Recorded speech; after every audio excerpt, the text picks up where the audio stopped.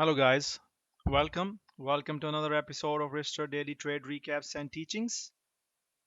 Solid day in the community, guys. There were few choppy losers in the morning, but earnings season keeps providing some solid setups, some solid plays. I'm going to keep the introduction small today. I'm trying to get the video out early today. So this was our game plan for the day. So a bunch of names: CELH, Race, DDOG, Crocs, PLTR, Disney, Apple, among others, right? So this was our game plan that we create every morning, going through all the news sources so that we trade these setups during the day in our community. These recaps are mostly from any trade ideas I share in the community, any trade idea I share on my Twitter or any YouTube videos. We also create morning levels for various stocks. We create levels for SPY, QQQ, IWM, Netflix, among others.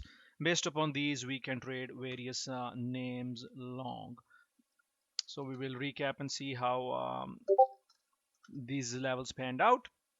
In addition to that, there's also the strategy of day to day three setups. It's my strategy that we focus on the movers that are moving on day 2, day 3, and so on. So we'll check them out, see how they panned out, and let's start with the recap for the day.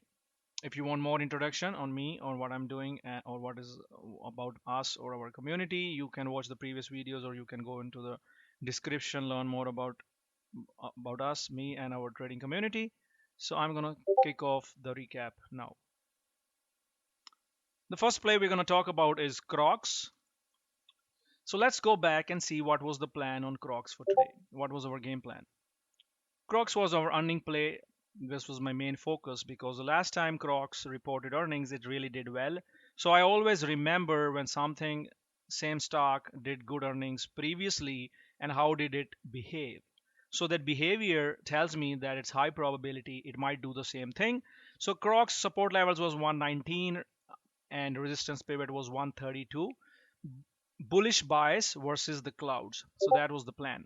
So we were bullish biased before the market opened on Crocs. Let's see how Crocs panned out for us. So as soon as market opens, I tell everybody watch the pullbacks for the long on the morning trade on the Crocs. I can go to the smaller time frame and I show you how that panned out. So I started the long when there was no pullback. I started the long right away in first 5 minutes, and then the Crocs was breaking out of 132. My first target was 140. We met the first target. My next target was 142. We met the second target as well.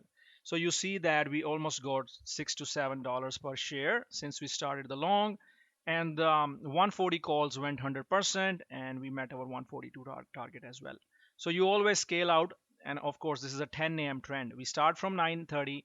This is 9:30 to 10 a.m. trend. We hold the runners, right? So I was saying out of most, keeping runners, if the trend holds, can be all day runner, but it was not an all day runner. It After 10 a.m. it started to pull back, and finally started to break, and I was out of my Crocs long. After that, it was a B minus short back to 34.50, and there was some nice curl setup as well, which was in the community. A lot of traders were trading that. That was a midday curl setup on Crocs. That was a nice setup. RGB was on top of this setup. Beautiful downtrend line, beautiful reversal. So they were definitely morning trade setup, and then there was a midday, end of the day 34.50 cloud call setup. Most of my trades profits were in the morning. You can pause the screen, see my guidance. I'm also on voice first few hours, guiding everybody through the trades on the market. For example, on the Crocs as well, I was guiding. So this was a Crocs first winner for us in the morning. Let's go to the next. I'm just going to talk about Tesla today. The reason I want to talk about is that you need to know when there's a day too long and when there's day too short. Today there was no long in Tesla. I The first thing I told everybody in the morning, no longs bearish, because in our community it's not only my focus to make sure that we stay long or we make money on the long or short side. It's also my focus that nobody's taking a bad setup. So I told everybody there is no long bearish, and guess what? All day it faded from 181. We can go back, look at our levels, Tesla levels. 181 was support, 179.30 was another support. It breaks 180, breaks 181, then it breaks 171, fades, tries to bounce, still under 34.50. Didn't even try to trade long. Even then, there was no setup. It was just so heavy. and see it rejected again and all day fade. So if you shorted or if you took the warnings, and you did not long, which mostly nobody does in my community when we are against the trend, we save a lot of money. And if you were short, there was a decent 10 a.m. short trade from 181s or 180s to 178s, and then there's nice fade later in the day as well. You just need to be patient and hold your short winners to trade these setups. So just wanted to point out the Tesla guidance in the community today. And we do that with because our system tells us, right? It's gapping down, it's under the clouds, it's rejecting the clouds. This is our morning repeatable setup that I often talk about in my webinars. Next one we're going to talk about is race. So race, what was the plan on race? Let's go back. So race was an earning play, neutral to bearish bias. 400 was a support, resistance was 420, right? So there was also a support right here on EMA Clouds. So let's see what was happening. So as soon as I saw the weakness, I saw the weakness. I didn't really have a good entry, and I hit it short. Then it was bouncing back, and I was waiting patiently, and you see it rejected 3450, and then it faded again. Usually I cut and I add back again, and this time my entries were not that good. But anyways, it faded. You hit the short on the pops, and then fade it down to your 400 support. You can see my entry was 409. This was a late entry, later day setup, and then it faded all the way to 409 bucks per share. I could have had a better entry for a better risk reward. I should have could have entered after the amateur move, the bounce and here with 414s, 415s make much better. So my execution was a little wrong, but definitely our plan short the pops to the cloud. That's why I say short the pops to the cloud. That's what I say right here. Right. So anyways, nice winner in the community. We hit 400, decent win, all day fader, race, repeatable setup. Also want to point out the 50 EMA breakdown on race on the daily chart. I have repeated many times, when 50 EMA breaks, it's it's a big bearish signal. All right, let's go to the next one. So next one we're going to look at is RIVN. So RIVN was gapping up. Let's go to see our plan. RIVN was gapping up on the news with Apple. Support was 1085, 1077. Resistance was 11. I was bullish to neutral as long as 1080 holds. But I saw that it started to break 1080. And that's when I said it's a short. And that's when we shorted it because I knew we can fade to 10 bucks. From the fade from 1080, it faded to 1030. Bounced. That's fine. Short again. And then kept on fading and met my 10 target end of the day. And of course, it has earnings and it's for fading much more. But we were out of the short during the day. So RIVN, you can see my timestamped guidance here, the short scalps under the cloud. That was my first alert in the community. So repeatable setup, gap fill, news was okay, nothing special, but there was no long. You just had to short and be patient, right? Even if you risk, let's say 20, 30 cents, I didn't trade options on it, so I don't know how they went. But then you could easily make 50, 60 cents risking 20 to 25 cents. So one risk to a double reward trade there. Let's talk about Starbucks. Starbucks was guidance by Win in the community today. It was all Win because Starbucks has been selling down since the earnings. This was also our day 4 setup. If we go to the day 4s, you can find the levels here, support and resistance. So once that support breaks, it's a fade. Win was guiding, and he came in the pre-market, guided about the short, and there was no long, and it was an easy fade from 73 all the way to 70, 71.80. Decent slow mover, but it was a good risk reward. If you risked 50 cents here, you could easily make like dollar or more than that. Tight range now, not the same range that it was earlier, but still a decent short. There was another one which was a small account special. It was a UBS. Let's go back to my plan. What was my plan on UBS? So UBS bullish bias as long as 29 holds. The resistance was 30.30. Support was 29.28. But this one I took a B minus short because I did not see any strength. It was not breaking out of pre-market highs. So this level was clear, right? Clearly defined, and we could short it with this level, risking this level. And if you risk, let's say 10, 15 cents, 30 bucks, it went to 29.40, you make 60 cents, right? And that was, again, it's all about risk reward, how much you're risking, how much you're making. even though it didn't fill the full gap. Its ATR is very small. It barely trades a 68 cent. I don't usually trade the small ATR stocks, but there was definitely money to be made. Let's say you shorted 1,000 shares. Let's say you have a $40,000 account. You shorted 1,000 shares. You risked like $200, and you made $600, $700. So that's a good risk reward on that short. Next one we're going to talk about is DDOG. DDOG, I tried few times, it didn't work out, you know, and I tried to short it. It was at the open, it never confirmed, and it bounced back. I covered my short, and then it was trying to curl. We tried to long it, and then curl failed. And after that, I stopped trading it, right? Because once the ticker does this, no up, no down, and just in this tight range, and just in this tight range, there is no trade for me when the stock is just going in this tight range here, right? So this is why this is important to know, right? Even if you lost on DDOG, that's fine, but you need to understand why we lost, what was going on. Even though it was bearish, but it was in the tight choppy range. I mean, you could scalp these 10 12 points, that's fine, but I'm looking for a more trend, not this $2 3 moves, right? This one candle was up down. Even if the long 114, it faded from 115. Ideally you should have a stops break even when you're trying to trade the long and get out, and same for the short side, right? So anyways, DDOG was a loser. Make sure you review this carefully and review this what I was talking about here. That's why I don't like these bearish longs. That's fine, short didn't work, but even the long was like, because it's under 30 for 50, right? It's still a bearish trend. We are trying to do a B minus long here, so that B minus long did not work. So next one we're going to talk about is Disney. So Disney was also short under the pivots all day. It tried to bounce, right? And I was watching that if it gets over the clouds, then cautious on the short side. That's what I was saying, right? We were short, but if it got over the clouds, it was showing me this higher lows, and we get out. But it failed to get over the clouds and broke the bear flag down. That's when I said still heavy cloud rejection. So you could add back more into your short, or you can short again if you didn't short earlier. Risk was defined, high of this candle at 107.52. Closer to the EMAs you short, better you risk. Further from EMAs you short, lesser is bad is your risk. So anyways, 105 was my target. We met the 105 target. Next target was 104.50. We met that target as well.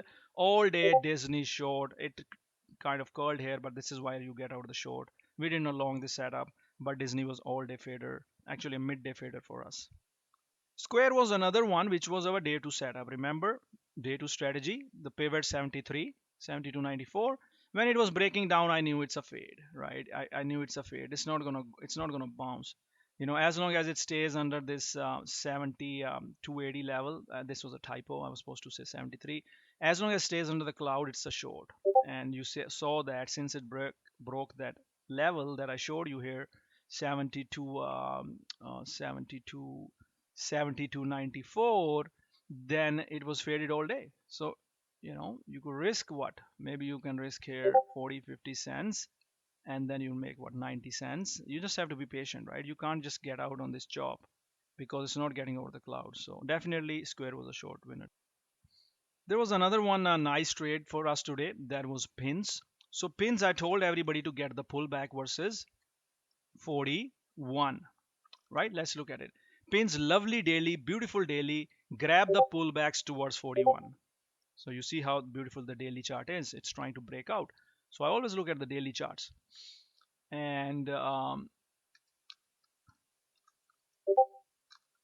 so that's why when it pulled back to 41, that's when I told everybody that you can add versus 41s, right?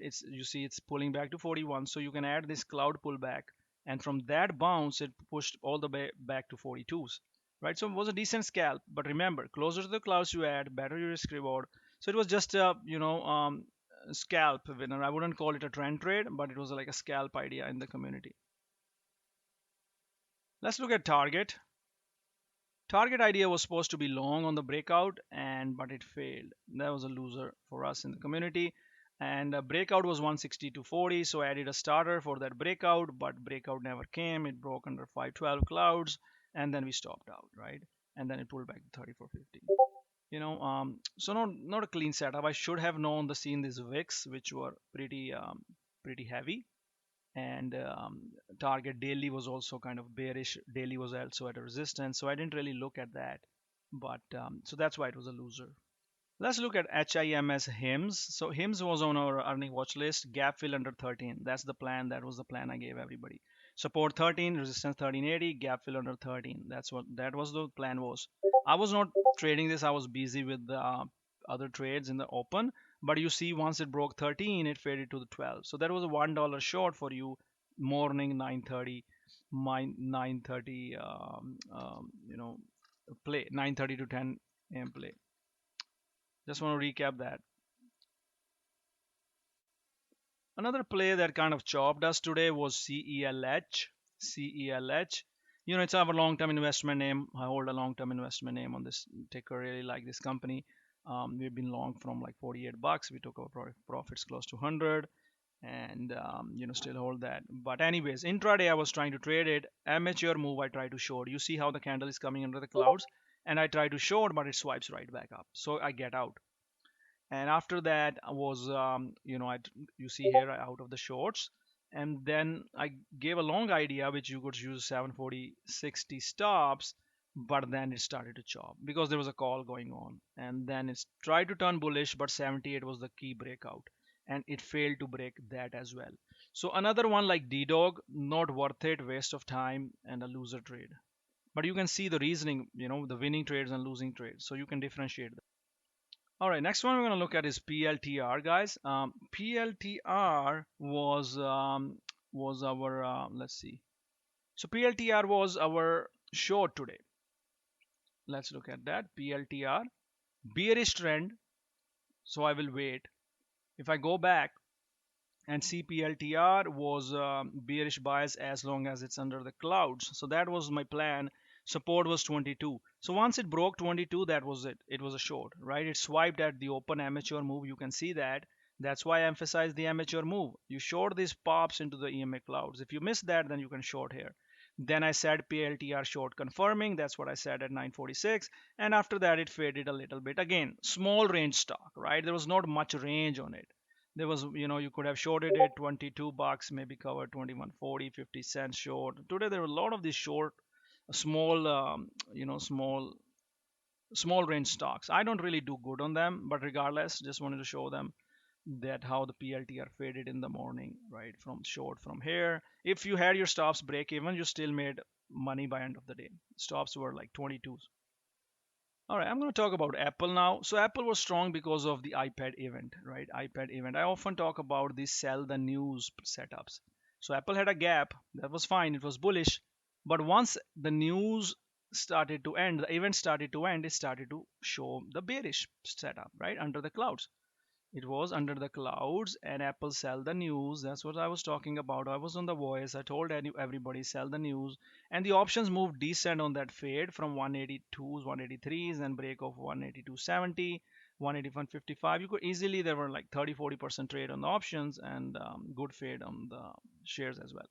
Again, small range, but there was definitely a short setup, defined risk over the clouds. You could short this move was the short move right here, gap fill move.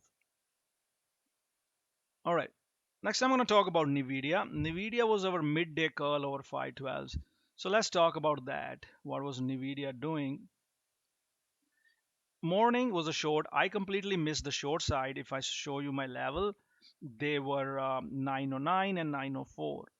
And once the 909 gave up, you saw the level, it was a short, right? Because of the Apple news and all that. It was a nice fade, beauty shorts under the pivot, and then it was a nice short, and it touched like an 890.